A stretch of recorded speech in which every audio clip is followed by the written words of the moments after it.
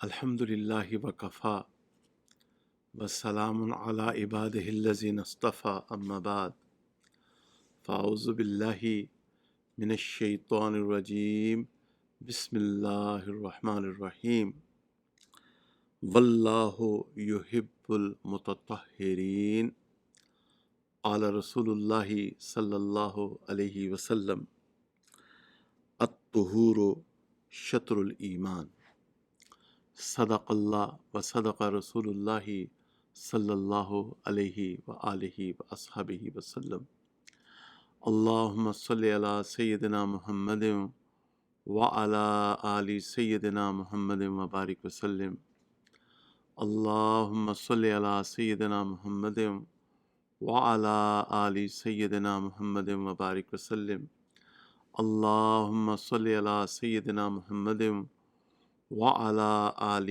سیدنا محمد وبارک وسلم۔ آج کا ٹاپک ہے protection from corona virus. Corona virus سے ہم اپنی حفاظت کس طرح کریں؟ لیکن اس سے پہلے آپ بھائیوں اور ماؤں بہنوں بیٹیوں سے گزارش ہے کہ ہمارے اس چینل کو ضرور سبسکرائب کریں اور شیئر بھی کریں صدقہ جاریہ کی نیت سے انشاءاللہ۔ زیادہ سے زیادہ لوگوں تک ہمارا پیسفل اور پرامن میسج پہنچے گا اور اللہ کی مخلوق کو فائدہ ہوگا۔ اللہ سبحانہ و تعالی ہم سب سے راضی ہو جائے اور اللہ سبحانہ و تعالی ہم سب کی حفاظت فرمائے۔ واللہ یحب المتطہرین، اس آیت شریفہ کا مفہوم یہ ہے کہ اللہ تعالیٰ پاک صاف رہنے والوں سے محبت رکھتے ہیں۔ پیارے آقا صلی اللہ علیہ وسلم نے فرمایا صفائی ایمان کا حصہ ہے۔ دیکھیں، ایک ہے ظاہری صفائی اور ایک ہے قرآن و حدیث کی روح سے پاک ہونا، تو یہ دو مختلف چیزیں ہیں۔ تو ایک چیز ظاہری طور پہ صاف ستھری ہے مگر حقیقت میں ہو سکتا ہے کہ وہ ناپاک ہو، نجس ہو۔ تو انشاءاللہ چند منٹ جو ہمارے پاس ہیں، قرآن و حدیث کی روشنی میں اہل علم حضرات نے جو کچھ لکھا اس کا ایک نچوڑ آپ کے سامنے رکھ دیا جائے گا اور آپ کو انشاءاللہ کرونا وائرس سے پروٹیکشن کے سلسلے میں بھی چند باتیں عرض کی جائیں گی، دو تین بنیادی باتیں انشاءاللہ آخر میں، جس سے آپ کو فائدہ ہوگا۔ انشاءاللہ ہم مسلمان ہیں، ہم نے کلمہ پڑھا ہے، ہم اگر پاک صاف زندگی بسر کریں گے تو انشاءاللہ ہمیں کوئی چیز بھی نقصان نہیں پہنچا سکے گی۔ تو سب سے پہلے حدث اصغر اور حدث اکبر۔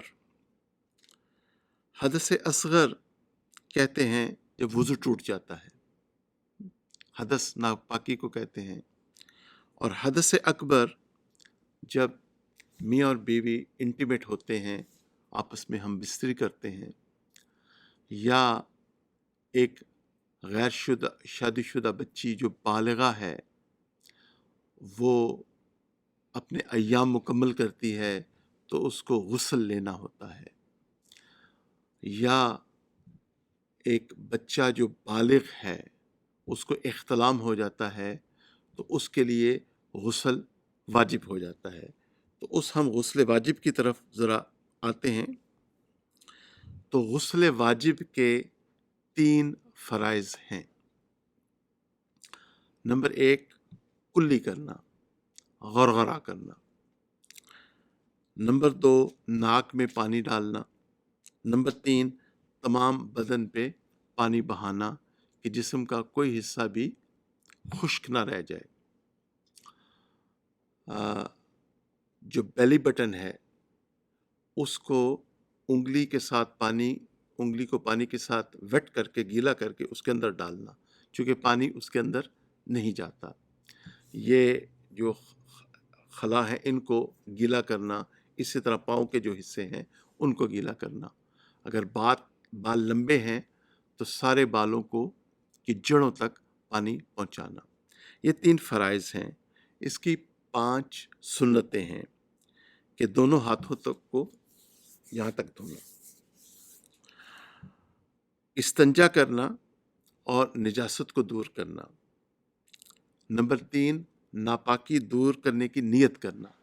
نیت پہ دین اسلام نے بہت زیادہ نیت کو اہمیت دی ہے۔ فجر کی نیت اور ہے، ظہر کی نیت اور ہے، فرض کی نیت اور ہے، سنتوں کی نیت اور ہے، زکوٰۃ کی نیت اور ہے، صدقے کی نیت اور ہے۔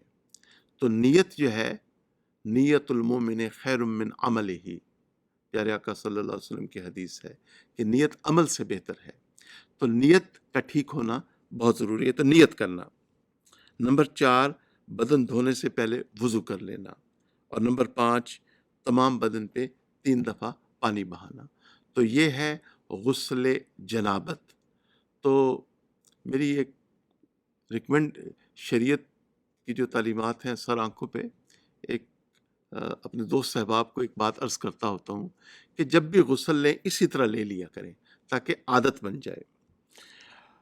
اس کے بعد ہم آتے ہیں وضو کی سنتوں کی طرف۔ تو وضو کے 4 فرائض ہیں۔ نمبر 1، پیشانی کے بالوں کو ٹھوڑی کے نیچے تک گیلا کرنا، دھونا۔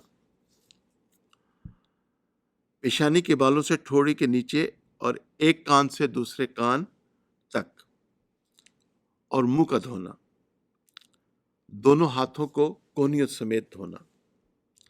1/4 کا مسح کرنا۔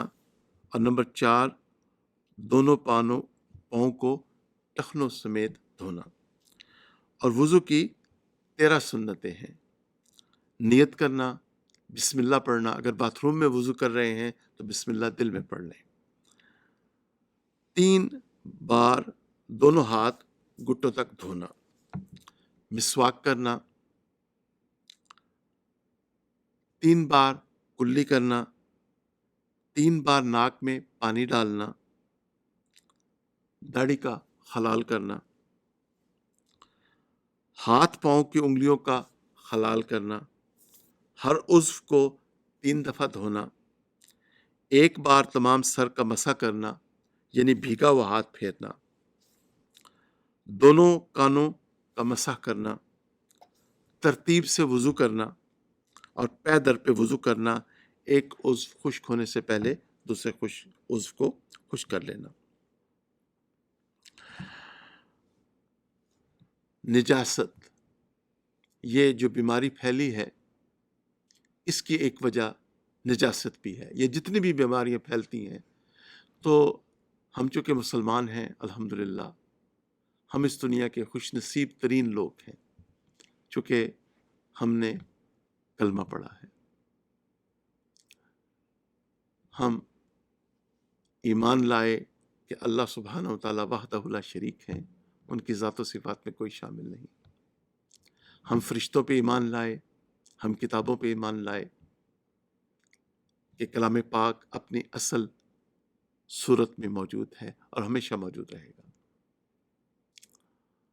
ہم کتابوں پہ ایمان لائے، ہم آخرت کے دن، ہم پھر رسولوں پہ ایمان لائے کہ آدم علیہ السلام اللہ کے پہلے نبی تھے اور سیدنا محمد صلی اللہ علیہ وسلم اللہ کے سچے اور آخری رسول ہیں،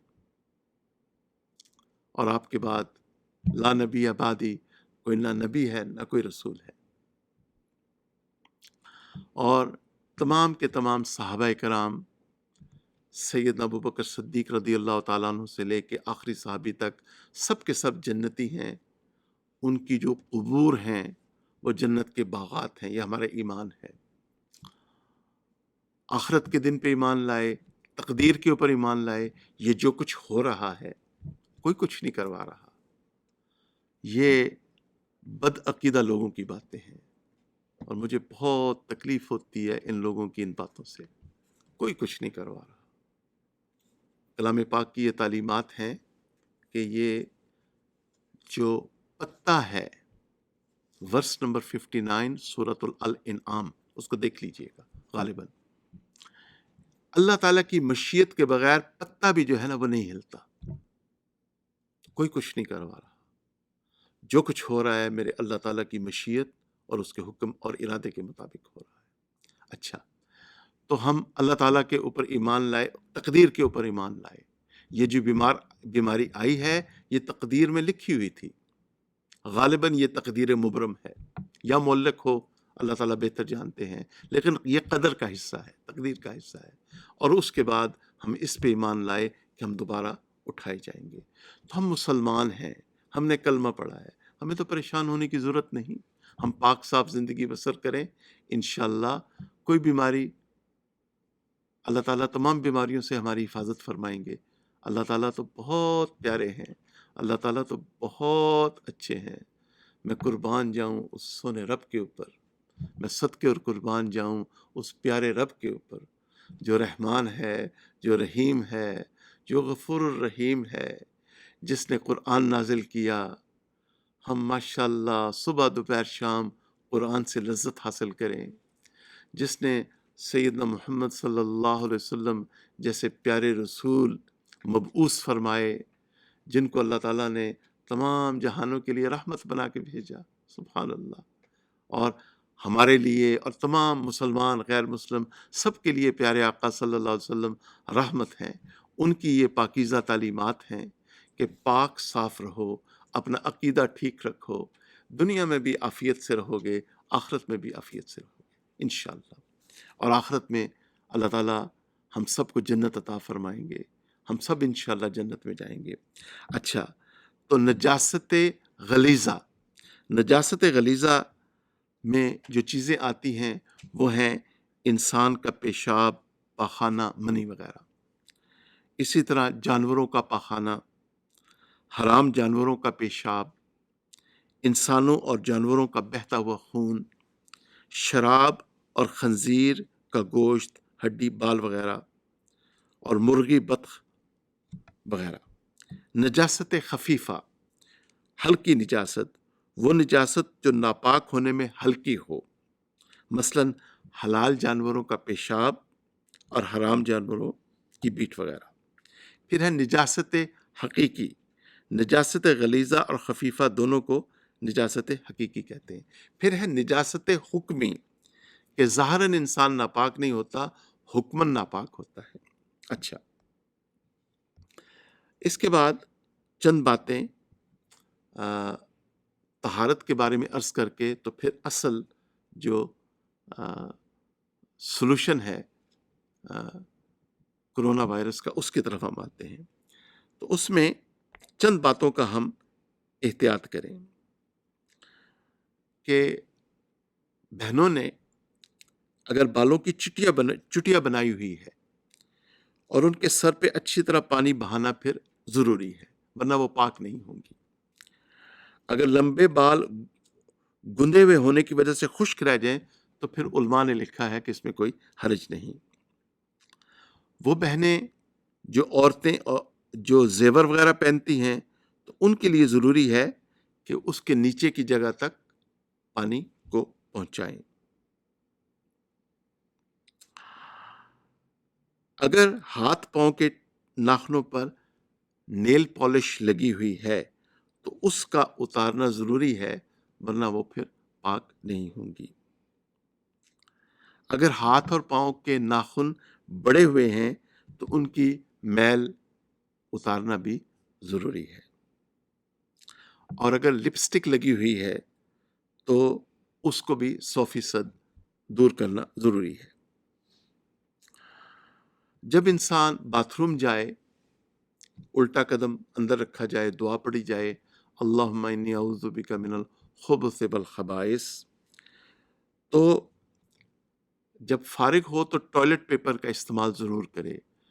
ٹوائلٹ پیپر ایک بہت اچھی ہیومن انوینشن ہے۔ پیشاب کے قطروں کا خاص خیال رکھا جائے۔ پیشاب کے جو قطرے ہیں، بے شک آپ زیادہ ٹائم لگا لیں باتھ روم میں، ضروری نہیں کہ ان اینڈ آؤٹ ہو، اور جو پیشاب کے قطرے ہیں ان کو اچھی طرح خشک کیا جائے، بے شک اس میں چند منٹ لگ جائیں، کوئی حرج نہیں ہے، اور جب تسلی ہو جائے تو پھر اس کے بعد وضو کر کے نماز پڑھ لی جائے، اور تو اس بات کا خاص خیال رکھا جائے۔ سبحان اللہ و بحمدہ، سبحان اللہ العظیم۔ جو جوتے باتھ روم میں استعمال ہوتے ہیں ان کا جو مٹیریل ہے کئی دفعہ وہ ایسا ہوتا ہے کہ وہ پانی جذب کرتا ہے اپنے اندر، تو اس سے وہ جوتے پھر ناپاک ہو جاتے ہیں، تو ایسے جوتے استعمال کیے جائیں جن کے اندر پانی جذب نہ ہو۔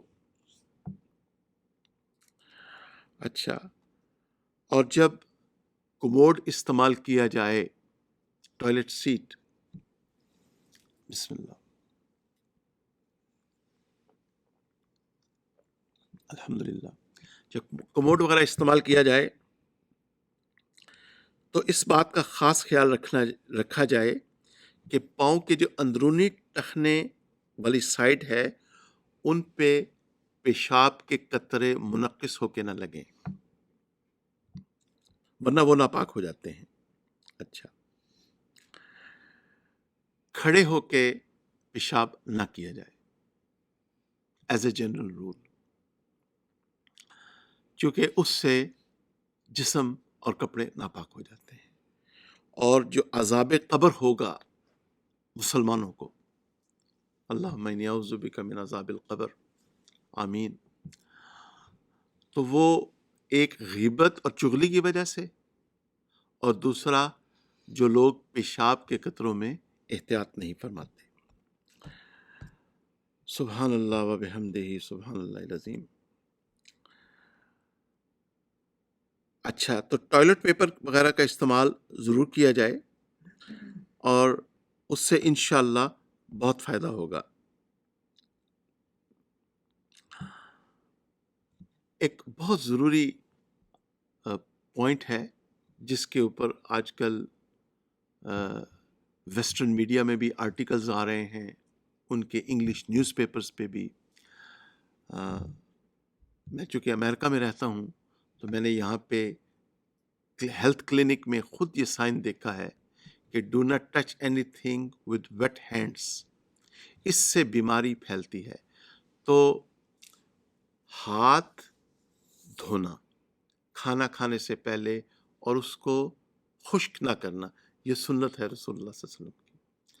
کھانا کھانے کے بعد ہاتھ دھونا،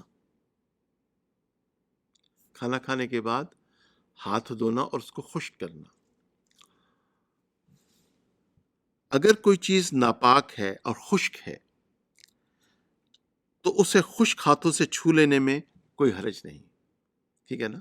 اب میرے ہاتھ خشک ہیں، یہ ٹیبل بھی خشک ہے، اور اگر یہ ٹیبل ناپاک بھی ہے تو خشک ہاتھ اگر اس کو ٹچ کریں گے تو اس سے ہاتھ ناپاک نہیں ہوں گے۔ اس سے ناپاکی یا نجاست یا امپیورٹی منتقل نہیں ہوتی۔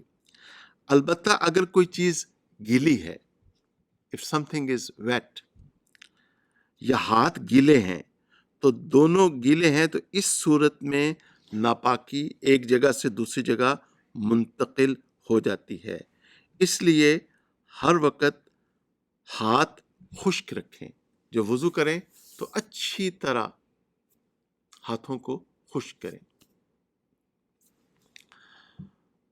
باتھ روم سے گیلے پاؤں لے کے جانماز تک نہ آئیں، بلکہ ان کو اچھی طرح خشک کریں، اور جوتوں پہ بھی پانی بہا لیں، تاکہ اطمینان ہو جائے کہ جوتے پاک ہیں۔ اور پھر جب باتھ روم سے نکلیں سنت کے مطابق دائیں قدم باہر نکالیں اور دعا پڑھیں غفرانہ کا، تو پاؤں کے جو تلوے ان کو اچھی طرح خشک کر لیں، اور جانماز کے اوپر گیلے پاؤں نہ رکھیں۔ بعض دفعہ اگر باتھ روم سے گیلے پاؤں نکالے گئے اور ان کو جانماز پہ ہی وہی گیلے پاؤں رکھ لیے، تو چونکہ وہ ناپاک ہیں تو جانماز بھی ناپاک ہو جائے گی۔ نماز کی شریعت کے مطابق 8 شرائط ہیں، اور اس میں ایک شرط یہ ہے کہ جگہ کا پاک ہونا۔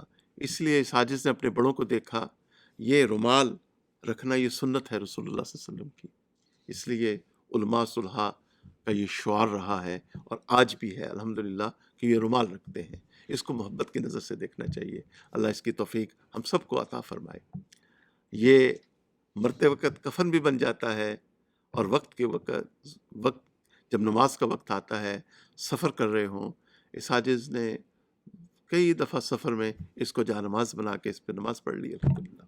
تو سنت کے تو فائدے ہی فائدے ہیں۔ اچھا، تو اس میں اس بات کا جانماز کے اوپر یہ رومال رکھ کے نماز پڑھ لی جائے تو اس میں پھر احتیاط ہو جاتی ہے۔ اس وجہ سے اگر جانماز کو مہینے میں 1 یا 2 دفعہ دھو لیا جائے تو وہ زیادہ بہتر ہے۔ اب آپ کے پاس آتے ہیں علاج کی طرف، جو اس بیماری کا علاج ہے۔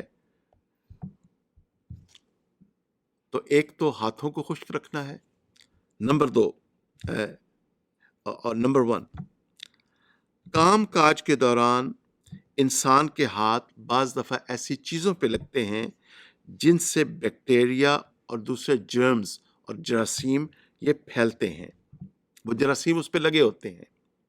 کام کاج کے دوران انسان کے ہاتھ ایسی جگہوں پہ لگتے ہیں جن میں بیکٹیریا یا جراثیم لگے ہوئے ہوتے ہیں۔ وہ جراثیم، وہ جرمز ہاتھوں سے چمٹ جاتے ہیں اور انسان کے ہاتھ اپنے جسم کے مختلف حصوں سے لگتے ہیں تو وہ جراثیم، وہ جرمز وہاں پہ بھی منتقل ہو جاتے ہیں اور مختلف بیماریوں کے پھیلنے کا باعث بنتے ہیں۔ تو ہم تو مسلمان ہیں، ہم نے تو 5 وقت کی نماز پڑھنی ہے، تو جب ہم 5 دفعہ وضو کریں گے،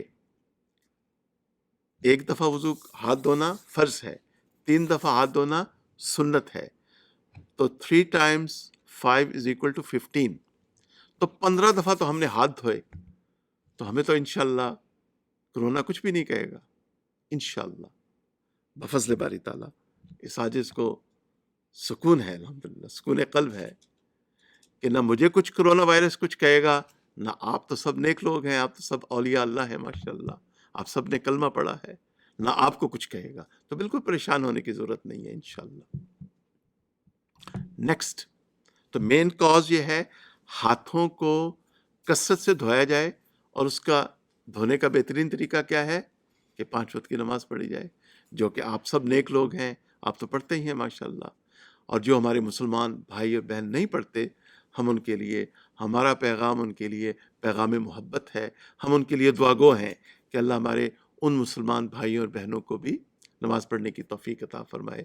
جو غیر مسلم ہیں، ہمارا ان کو بھی پیغام محبت ہے، اللہ ان کو بھی ایمان نصیب فرمائے، اللہ ان کو بھی نماز پڑھنے کی توفیق نصیب فرمائے۔ اگر ہم سب نمازی بن جائیں گے، کرونا خود بخود غائب ہو جائے گا انشاءاللہ۔ تو پہلا ہے ہاتھوں کو کثرت سے دھونا اور ان کو خشک رکھنا۔ نیکسٹ، کلی کرنا۔ انسان جب کوئی چیز کھاتا ہے تو دانتوں کے درمیانی جگہوں میں اس کے اجزاء پھنس جاتے ہیں۔ اگر منہ کو اچھی طرح صاف نہ کیا جائے تو وقت گزرنے کے ساتھ یہ اجزاء گل سڑ جاتے ہیں، they become rotten، اور منہ کے اندر سے بدبو آنا شروع ہو جاتی ہے۔ اگر دوبارہ کھانا کھایا جائے تو یہ گندے اجزاء صاف کھانے کے ساتھ مل کے معدے کے اندر پہنچ جاتے ہیں اور پیٹ کی بیماریوں کا ذریعہ بنتے ہیں۔ وضو کرنے والا انسان دن میں 5 مرتبہ اپنے منہ کو اچھی طرح صاف کرتا ہے، لہذا دانتوں اور آنتوں کی بیماریوں سے بچا رہتا ہے۔ چونکہ ہم سبحان اللہ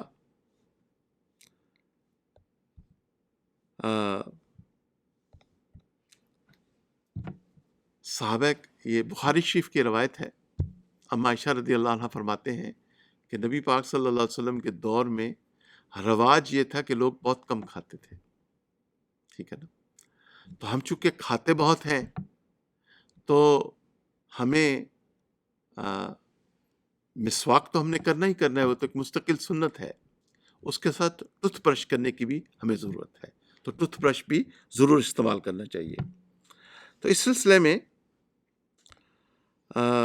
مسواک کے سلسلے میں تو مسواک کی سنت کو ہم ضرور زندہ کریں. یہ میرے پیارے آقا صلی اللہ علیہ وسلم کی محبوب سنت تھی. مسواک کے 70 فائدے ہیں، 70، اور ایک فائدہ یہ ہے کہ مرتے وقت کلمہ نصیب ہوتا ہے. حدیث شریف کی روح سے 10 فائدے ہیں مسواک کرنے کے.